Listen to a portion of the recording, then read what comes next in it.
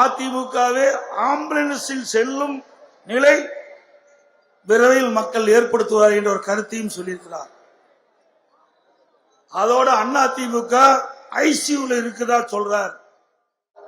தம்பி உதயநிதி ஸ்டாலின் அவர்களே, கொஞ்சம் திருப்பி இங்கே பாருங்கள். அதிமுக பலத்தை அதிமுக ஒரு காலத்திலும் ஆம்புலன்ஸ்ல செல்லுகின்ற நிலைமை ஏற்படாது. அது திமுகவுக்கு அடுத்த ஆண்டு நடைபெறுகின்ற தேர்தல் மூலமாக ஏற்படும். அடுத்த ஆண்டு நடைபெறுகின்ற சட்டமன்ற பொது தேர்தலில் திமுகவை ஆம்புலன்ஸ் மூலமாக அனுப்பி வைப்பீர்களா? எவ்வளவு இருமாப்பு, எவ்வளவு திமிர் பேச்சு! இதற்கெல்லாம் முடிவு கட்டுகின்ற தேர்தல் 2026 சட்டமன்ற தேர்தல்.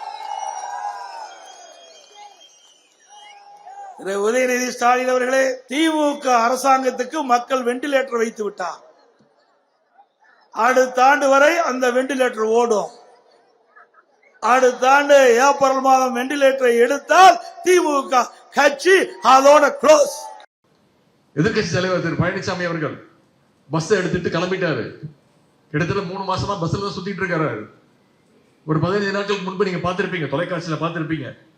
அவர் ரோட்ல நின்று பேசிட்டு இருக்கும் பொழுது பொதுமக்கள் அந்த அவசர தேவைக்காக ஆம்புலன்ஸ்ல வந்தாங்க.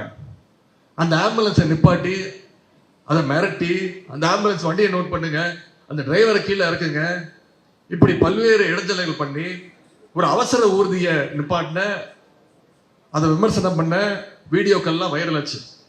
பொதுமக்கள் அதுக்கு மிகப்பெரிய எதிர்ப்பு தெரிவிச்சாங்க. ஒரு எதிர்கட்சி தலைவர் இப்படி பண்ணலாமான்னு பேசினாங்க. எதிர்கட்சி தலைவர் விடுங்க, ஒரு தலைவர் இப்படி பேசலாமா? தலைவர் விடுங்க, ஒரு மனிதாவை கொண்ட ஒரு மனுஷன் இப்படி பேசலாமா? நான் அதற்காகத்தான் நேற்று முன்தினம் சொன்னேன். எதிர்கட்சி தலைவர் அவர்களே, ஆம்புலன்ஸ் எல்லாம் நிப்பாட்டுறீங்க, தொடர்ந்து நிப்பாட்டிட்டு இருந்தாங்க. 2-3 இடத்துல ஆம்புலன்ஸ் எல்லாம் அடிச்சு நொடுக்கப்பட்டாங்க. ஆம்புலன்ஸ் இந்த வாகன ஓட்டிகள் எல்லாம் அடிச்சாங்க. அவங்க எல்லாம் புகார் கொடுத்திருக்கிறாங்க. அதற்கு நான் பதில் சொன்னேன், எதிர்கட்சி தலைவர் அவர்களே, நீங்க ஆம்புலன்ஸ் நிப்பாட்டுறீங்க, அது அவசர தேவைக்காக போற வண்டி. எந்த கட்சி தலைவர்கள் பேசும்போதும், பிரச்சாரத்தில் இருக்கும் போதும், பல்வேறு நிகழ்ச்சியில் இருக்கும் போதும் நடு ரோட்ல கூட்டத்தை நடத்தினீங்கன்னா வரத்தான் செய்யும் அவசரத்துக்காக. நாங்கெல்லாம் தலைவர் முக்கியமா பேச்சை நிப்பாட்டிட்டு அந்த ஆம்புலன்ஸுக்கு வழி விட்டு, நம்முடைய கழக தொடர்கள் அதுக்கு வழி விட்டு அந்த ஆம்புலன்ஸ் போனதுக்கு அப்புறம் தான் தலைவர் பேசவே ஆரம்பிப்பாரு. ஒரு தலைவர்னா அப்படி இருக்கணும். இப்படி இருக்கலாமா? திரு எடப்பாடி பழனிசாமி அவர் மாதிரி நான் தான் சொன்ன தலைவர், எதிர்கட்சி தலைவர் அவர்களே, நீங்க இப்படி பண்றீங்க. உங்களுடைய கட்சி இன்னைக்கு ஆம்புலன்ஸ்ல போற நிலைமையில இருக்கு. விரைவில் ஆம்புலன்ஸ்ல போய் பாஜகவோட அறுவை சிகிச்சைனால நீங்க விரைவில் ஐசியூல, நீங்கன்னா நான் உங்களை சொல்லல, அதிமுகன்ற தேக்கர் சொல்ற ஐசியூல நீங்க அனுமதிக்கப்படுவீங்க.